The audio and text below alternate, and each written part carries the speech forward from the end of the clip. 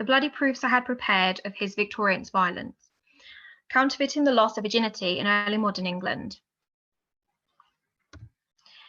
In each of the head bedposts, just above where the bedsteads are inserted into them, there was a small drawer so artfully adapted to the mouldings of the timberworks that it might have escaped even the most curious search, which drawers were easily opened or shut by the touch of a spring, and were fitted each with a shallow glass tumbler full of a prepared fluid blood, in which lay soaked for ready use a sponge that required no more than gently reaching the hand to it, taking it out, and properly squeezing between the thighs, when it yielded a great deal more of the red liquid than would save a girl's honour, after which, replacing it and touching the spring, all possibility of discovery, or even of suspicion, was taken away. And this was not the work of the fourth part of a minute, and of whichever side one lay, the thing was equally easy and practicable, by the double care taken to have each bedpost provided alike. True it is that had he waked and caught me in the fact, it would at least have covered me with shame and confusion. But then that he did not was, with the precautions I took, a risk of 1,000 to 1 in my favour. The extract is taken from John Cleland's Memoirs of a Woman of Pleasure, otherwise known as Fanny Hill, and is discussing Fanny's use of fake blood to mimic the loss of her virginity, an event which the client, Mr. Norbert, has paid substantially for and is expecting to find evidence of. Fanny and Cleland demonstrated a sound degree of sexual knowledge. Any medical texts which discuss the different methods and tactics that women could use to reshape their bodies and aid their deceit could have been used by Cleland to inform his character of her choices. Whilst fictional, the text offers a male perspective of one type of female sexual fraud, recreating virginity. Women were believed to have used their own first-hand sexual knowledge alongside ideas taken from medical doctrine and popular works to efficiently and precisely perform the role of a virgin. Whilst the perpetrator may have fraudulently produced the physiological evidence of virginity's loss, the believability of their performance was reliant on more than blood. A virgin was and is defined as someone who was not engaged in sexual intercourse, and the physical characteristics that usually accompanied it are blood upon its initial loss and vaginal tightness. Female virginity was consistently noted within medical treatises of the early modern period, and virginal innocence, or lack of, was used as a way to define a woman's character within popular works, such as Cleland's Fanny Hill. As will be shown in this paper, medical treatises offered theorized logical explanations of how women could have lost the physical representation of their virginity prior to sex, and how they may have recreated it. It is argued that due to this high volume of contrasting and uncertain arguments put forward by male authors, the female virginity was open to allegations and fears of fraud. Whilst the texts are indicative of medical theory, they are in no way definitive evidence of actual practice amongst early modern women. Yet alongside other sources, such as popular prints and literature, they do offer a varied picture of early modern beliefs about women, virginity, and sexual fraud.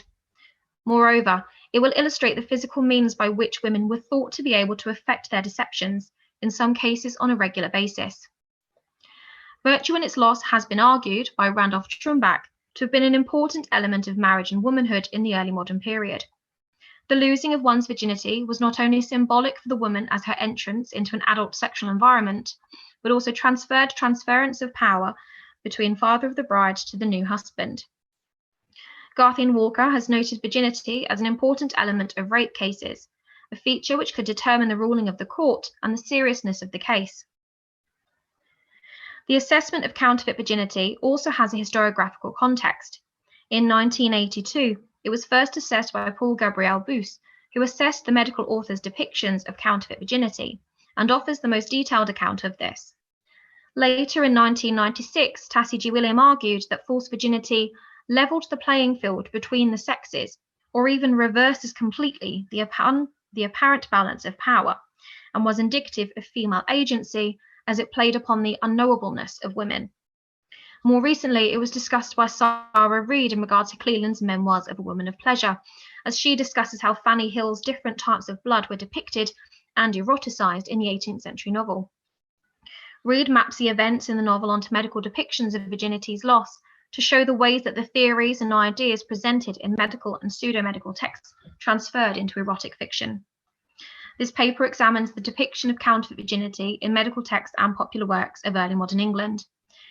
It argues that whilst false virginity was something to be feared and suspicious of, its consistent and clear portrayal within medical texts and novels over the 17th and 18th centuries meant that many men and women were aware of its existence.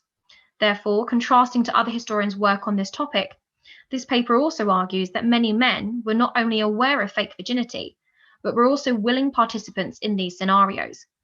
Women were believed to have had the ability to falsify something desirable, their virginity. Whilst it may have threatened social stability due to fears surrounding paternity and inheritance, it was a sellable bodily feature. It could have been used by women to rectify their sexual reputation and was a bodily characteristic which many men wanted, fake or real, and arguably could go along with. The scenario of defloration was a mutual sexual performance, and therefore it can be argued that many men were aware of a less than truthful encounter, but were sexually placated enough by the scenario. Whilst there is little to no evidence of false virgins actually existing, there was clearly a male desire for virgins, as otherwise, why would women go to such extreme lengths to counterfeit it? Throughout the early modern period, there remained a consistent debate between medical and popular opinions of what exactly virginity was and what the signs were of its loss.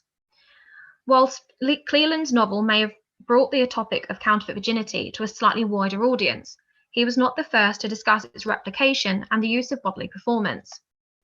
Fanny's sexual performance and fake blood developed from Cleland's social and cultural understandings of the female body and virginity, which were partially influenced by medical texts which were being circulated prior to his publication. Over the course of the early modern period, multiple medical texts competed for dominance in the field of disseminating medical and sexual knowledge to a wider audience, and some were continually republished for more than a century. The 1684 edition of the widely accessible pseudo-medical text Aristotle's Masterpiece noted that there is in the neck of the womb a membranous production called the hymen, which is like the bud of a rose half blown, and this is broken in the first act of copulation. When the rosebud is expanded, virginity is wholly lost. The noting of the hymen as like a rosebud is symbolic, and the referring to its loss as deflowerment was apparent during the 17th century, as it represented a loss of innocence and virtue. Aristotle's Masterpiece continued, certain there is in the first act of copulation something which causes pain and bleeding, which is an evident sign of virginity. But what this is, authors agree not. Some say it is a nervous membrane or thin skin with small veins, which bleed at the first penetration of the yard. Others say it is full caruncles, knobs, or myrtle berries. This confusion about the physical manifestation of virginity was also present in the debate about whether the hymen existed at all. In 1651, Nicholas Culpeper wrote in his Directory for Midwives that there was a high degree of controversy about the hymen. He claimed that many authors denied the existence of the hymen, whilst others believed that, while possible, it only appeared rarely in a woman's body. Culpeper refused to state what he believed to be true, and instead declared, "I must suspend my own judgment till more years brings me more expertise." This debate was not resolved with time.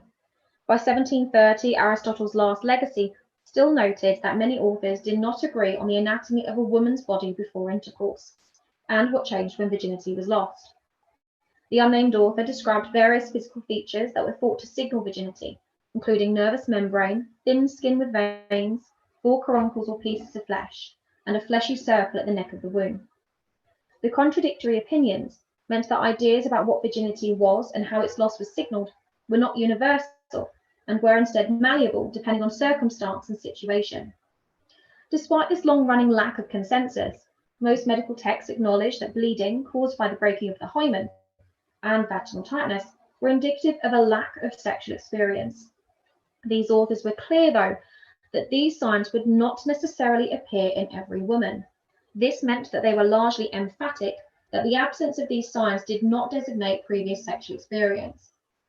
In 1660, the physician and natural philosopher Walter Charleston noted that anatomists generally say of the signs of virginity, namely that the appearance of them is a certain evidence of the bride's chastity, but the non-appearance is no proof of her deflowerment before marriage.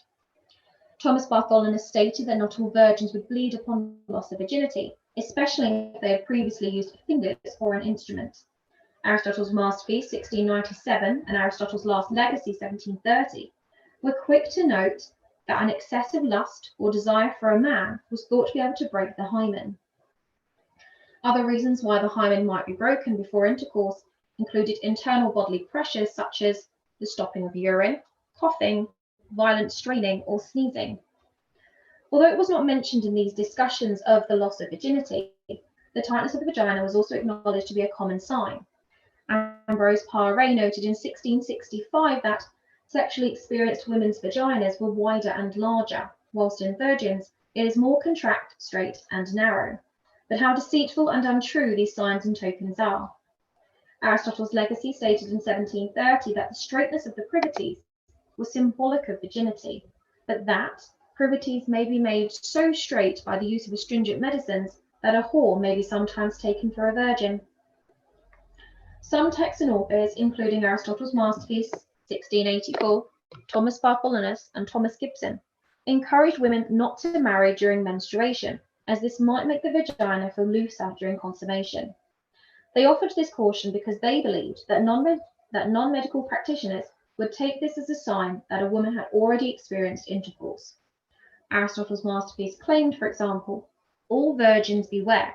Perhaps the indiscreet or unwary bride was her menses but a day or two before, in which case both the hymen and the inner wrinkled membranes of the vagina are flaggy and relaxed, so that no such effusion may happen. It were better, therefore, upon this account, that where virgins are about to marry, they would fix their wedding day at least 6 or 7 days after the menses have done flowing." The Bartholinus Anatomy similarly declared that, if her menses flow or have flowed a little before, the yard is easily admitted, by reason of the relaxation of those parts, whence there is little or no pain and little or no flux of blood, and therefore maids ought not to be married at that season, lest the bridegroom come to suspect the virginity of his bride. What these texts reveal is that there was a choice of narratives available to women to explain the absence of physical proof of their virginity. While supplying readers with the most evident series of signs of virginity, blood and tightness, medical authors also offered believable explanations for why these signs might not appear. Prostitutes creating the illusion of innocence and virtue were not only referred to within literature of the 18th century, but also in Harris's list of Covent Garden ladies, an annual directory of prostitutes working in Georgian London starting in 1756. The text was primarily aimed at the middle class, as the price was between 2 and 3 shillings per edition. In the 1773 edition, 14-year-old Polly Jenkinson was explained to have been debauched 10 months previously by a man who was later sent to prison. The author continued to state how she has passed for a maidenhead since that period 20 times and is paid accordingly, and being under the direction of a very good lady who directs her to play her part to admiration, she is in a fair way of getting money. The author is referring to the counterfeiting of virginity, and he discussed how it could be used to earn a good wage, vaguely referring to its economic value in passing. She is the only woman found to have been depicted in this manner. In the 1789 edition, Mrs. Hillenberg was described as "this lady, though an adept in the art, so nobly ever impudence, with false modesty, that her lover would be almost led to think his chosen sight an immaculate virgin." However, alongside offering descriptions of the women and their qualities, the author chose to note some of the women's loss of virginity. In 1793, the author explained that regarding Miss Lewis from Oxford Street, 12 months have scarcely elapsed since her rose was plucked. An artist of some celebrity is said to be the fortunate seducer of her treasure. The recentness of her first sexual encounter is used to imply her newness to prostitution, and may have also helped to attract particular men who disregarded more experienced women. Therefore, whilst the ability of these prostitutes to replicate their virginity was not noted, except in Polly's case, it is clear that the illusion of innocence may have been as important to prospective clients as the sexual act itself. There was, however, a more medically practical aspect to having sex with a virgin, which may have been employed by some prostitutes within their advertising to male patrons. Someone who had never had sex was not able to pass on sexually transmitted diseases. Noel Gallagher argues that, contrary to other historians' arguments, that women were blamed for the spread of venereal disease. She has identified many 18th century texts which present the disease as male and caused by male sexual indiscretion. This meant that virgins were believed to have not been tainted by male indiscretion, and thus excluded from the contraction of sexual diseases. Furthermore, for much of the early modern period, sex with a virgin was believed to be a cure for diseases such as syphilis and gonorrhea. This belief may have in part influenced prostitutes' claims of virginity and allowed them to charge higher fees due to their proposed treatment of venereal disease through sex. In 1732, Dr. Crawford published letters and transcripts between Catherine Weld and her allegedly impotent husband as she was petitioning for a divorce. The central focus of the case was whether she was still a virgin. The text was designed by the medical practitioner who was involved in the case and does not hesitate to promote his views regarding the female body and condemns any form of supposed proof of existing virginity. The visitation of the wife, therefore, can prove nothing as to the ability of the husband. There are 1,000 ways of losing the marks of virginity without having to do with a man. There are, in like manner, 1,000 ways of recovering them again, when it has been really lost by having to do with a man, as shall be made appear, and consequently, virginity may not be admitted as proof of the husband's insufficiency. This quote can be used to support the varied beliefs of virginity in the hymen, which were noted previously, and suggests that due to the diversity of ways in which the hymen could be broken or altered, the female body could not be trusted even upon formal inspection. One letter from the published account stated that inspection cannot at all be depended on, it being in the power of a wife who hates her husband to counterfeit virginity. It was implied that even evidence observed by a professional was to be disbelieved on occasion. It is the opinion of all the doctors that the hands and eyes are far from being certain, because women can easily imitate and counterfeit them, and so impose upon their husbands. Dr. Crawford believed that women could alter their genitalia and recreate the signs and indicators of virginity, but offers no detail of how the deceit could be enacted. Whilst the theme of impotence is not investigated in this paper, the publication of the World Impotence Trial does provide evidence that women's bodies and the validity of their signs of virginity could be counteracted by medical professionals within certain social contexts. The medical and cultural speculation of whether women's bodies could be trusted was made evident by the inclusion of discussions surrounding the existence and construction of counterfeit virginity. For women seeking to counterfeit their virginity, whether for financial profit or in order to restore their reputation, there was a range of accessible texts which could help them to enact their bodily manipulation. In 1658, Italian scholar Giambattista della Porta's posthumous text, Natural Magic, was published in English. It commented on the ability of women to fake their virginity and suggested a variety of ways that Porta believed women to use to manipulate their bodies. A woman deflowered made a virgin again, made little pills thus of burnt alum, mastic with a little vitriol and orpiment, make them into a very fine powder that you can scarce feel them. When you have made them pills with rainwater, press them close with your fingers, and let them dry, being pressed thin, and lay them on the mouth of the matrix where it was first broken open. Change it every 6 hours, always fermenting the place with rain or cistern water, and that for 24 hours. And that it will here and there make little bladders, which being touched will bleed much blood, that she can hardly be known from a maid. Porter described the application of an irritant that created genital blisters or sores, which would bleed when touched and so mimic the appearance of a broken hymen. His depiction was explicit, and he provided women with step-by-step instructions for how to achieve this appearance, including how often to apply the mixture and for how long. The creation of these blisters was likely to have been painful, and they may have taken a while to heal. This would have meant that to replicate their virginity, some women may have caused themselves real bodily harm. Alongside these personal methods, used primarily by the women seeking to enact their own bodily fraud, Porter also noted that midwives might be involved in this type of deception. This may have fueled societal fears that there was a female conspiracy to commit sexual fraud. He explained that midwives that take care of this do it another way. They contract the place with the decoction of the aforementioned things. Then they set a leech fast on upon the place, and so they make a crusty matter or scab, which being rubbed will bleed. Others, when they have straightened the part, inject the dried blood of a hare or pigeon, which being moistened by the moisture of the matrix, shows like live fresh blood. Rather than only applying a mixture to the genitals, Midwives use live leeches or the blood from dead animals to imitate the effects of the hymen breaking. This suggests medical writers believed that women were willing to go to considerable lengths to fraudulently claim that they were still virgins. These fears were not confined to medical literature. They also appeared in a Sir Charles Sidney's poem published in 1684. He discussed false virginity and the cheating ways of women, stating, Dipsas, who first taught lovesick maids the way to cheat the bridegroom on the wedding day, and then 100 subtle tricks devised, wherewith the amorous theft might be disguised, of pigeon's blood squeezed from the panting heart, with surfeit water to contract the part. She knows the use, whilst the good man betrayed, with eager arms hugs the false bleeding maid. Like Porter's text, the poem described the use of animal blood applied to the genitals to mimic the loss of virginity on the wedding night. Unlike the medical text, Sidney did not describe how the blood was applied, suggesting to readers perhaps that women might already know how to do this.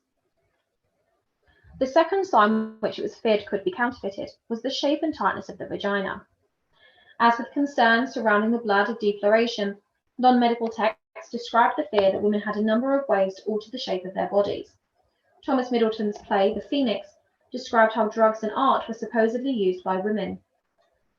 First rare to have a bride commence a maid, but whose beguiled joy of the purity, and is made strict by power of drugs and art, an artificial maid, a doctor virgin, and so deceives the glory of his bed. As Middleton's verse from 1607 implies, the mysterious nature of the body and the lack of clarity about the signs of virginity encouraged a fear that women could falsify virginity by concealing its loss. While popular literature remained vague about the methods of achieving this deceit, describing only drugs and waters, medical literature provided more details about the particular medical compositions and ingredients particularly associated with this type of fraud. Most commonly, these works described comfrey and alum water.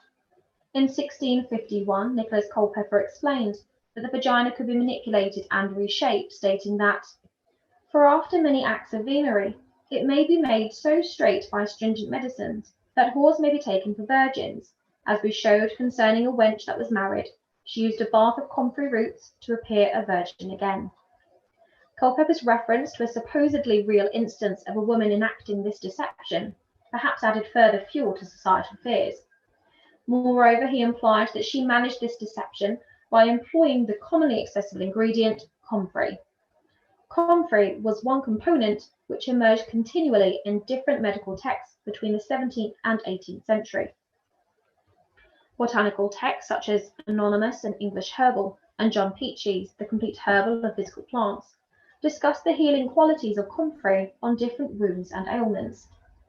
Peachey explained where to find comfrey and its physical appearance to make it easier to identify for readers.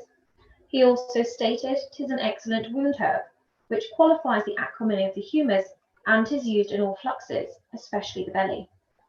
What this shows is that comfrey had a variety of uses and was perhaps well known to women who practiced domestic medicine.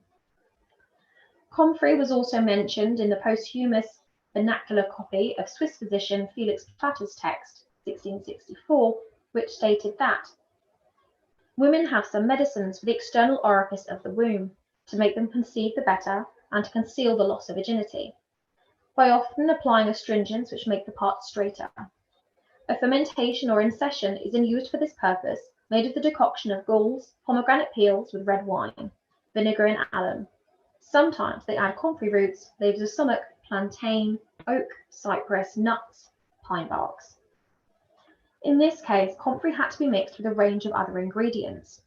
Likewise, the 1712 posthumous English translation of German physician Michael Muller's treatise meticulously detailed how comfrey had to be mixed into a bath or fermentation. The virginity once lost can never be properly restored, yet an artificial one aping the truth may be obtained by straightening the genitals and retrieving their natural tone, which is affected by baths and fermentations, such as the root of the greater comfrey, plantain lady's mantle. Take of oak and plantain leaves, root of comfrey 3 ounces, galls an ounce, alum half an ounce. Boil them in water. This decoction may be injected by a syringe or applied with sponge. In addition to outlining the numerous components of the astringent, Muller, more than other authors, explained how it was to be applied to the genitals.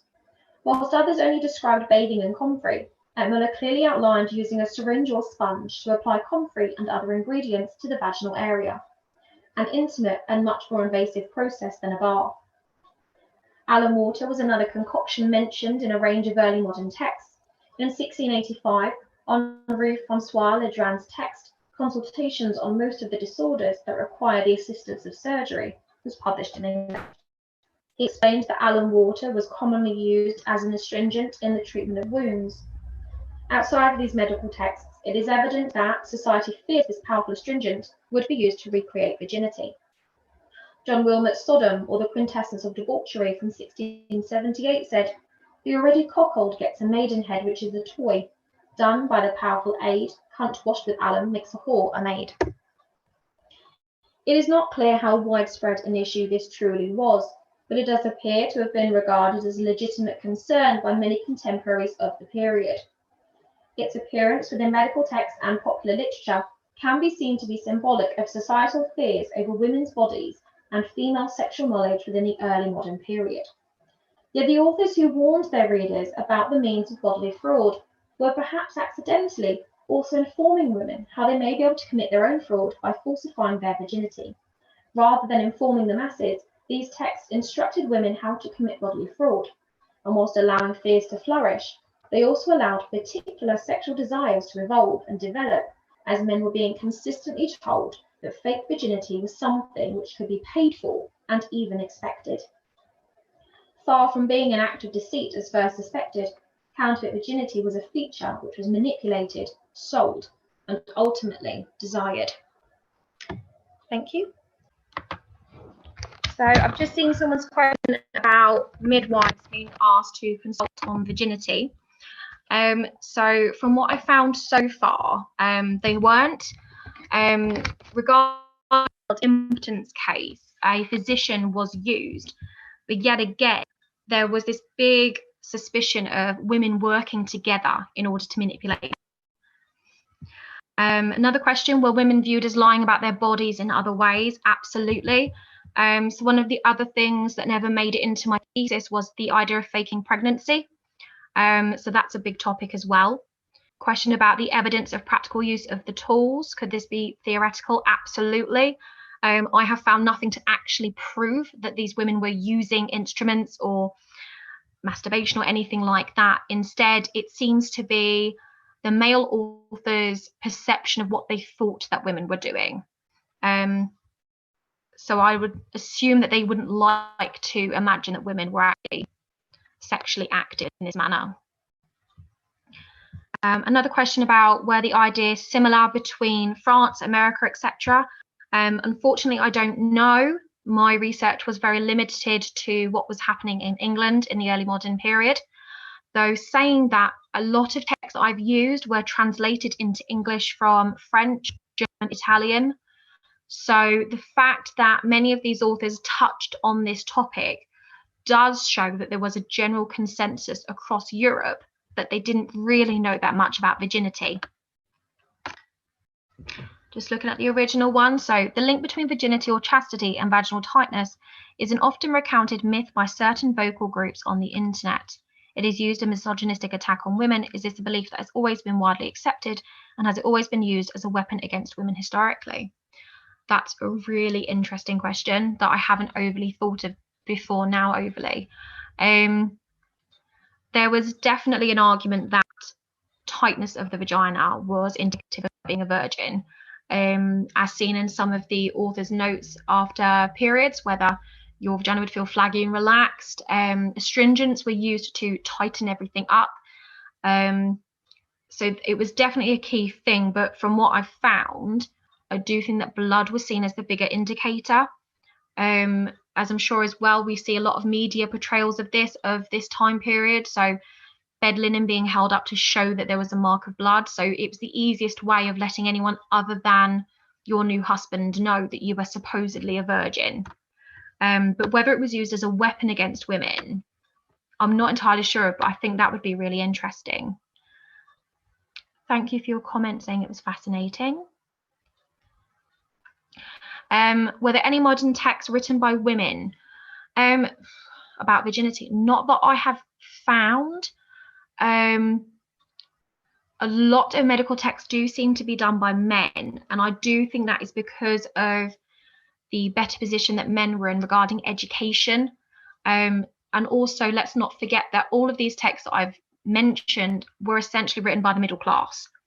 And that is to do with the ability to read and write, which would not have been very common in the lower classes of society. So really, it's a very hard topic to talk about because we are looking at this through the male perspective, and it's also the male educated perspective, which is something to be really aware of all the time.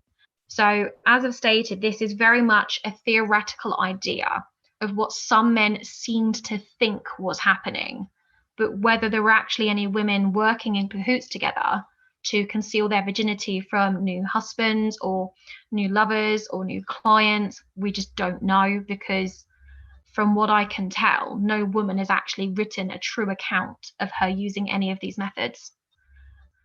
Are there accounts of what happened to women who unsuccessfully proved their virginity? What was at stake? That's a really interesting question. I've not found anything about people in particular. So I think a lot of what we can think about is very theoretical. So for example, were any marriages annulled because the woman did not provide her husband with evidence on their wedding night? Could it be that a woman's reputation would therefore be ruined? It might be that she was, as we said, annulled and therefore not able to marry again. But I think a lot of the medical texts in particular made sure to state that not every woman had every symptom and every sign of losing their virginity. And that was why they offered these enormous amounts of reasons why it could look as if they're not a virgin, even though they are. So as they said, sneezing, holding your bladder for an excessive amount of time, jolting, things like that. I think even horseback riding, as well, as we know, is still seen as a thing that can break your hymen. So there was a lot of awareness that not every single woman's body was identical to the other, and therefore what one woman might present upon the loss of her virginity, another woman might not, and there could be any number of reasons for that. So there was definitely a social awareness that men had to be open to not having these symptoms, as long as a valid reason could be supplied by the woman and perhaps a midwife or a physician or anyone else that was inspecting her body. So I hope that's answered your question there. I think we'll close it there, but thank you very much. If you, for example, have got a text that you've come across that you would recommend, if you've read anything that offers maybe a different perspective on virginity or women's bodies in this period, any recommendations would be greatly appreciated as I look into potentially publishing this in the future. If anyone would like to add me on Twitter, or feel free to email me or anything like that, if you would like to talk any more about any of this research or how it maybe links in with your research, that would be great. I'm always happy to talk about virgins. Thank you very much.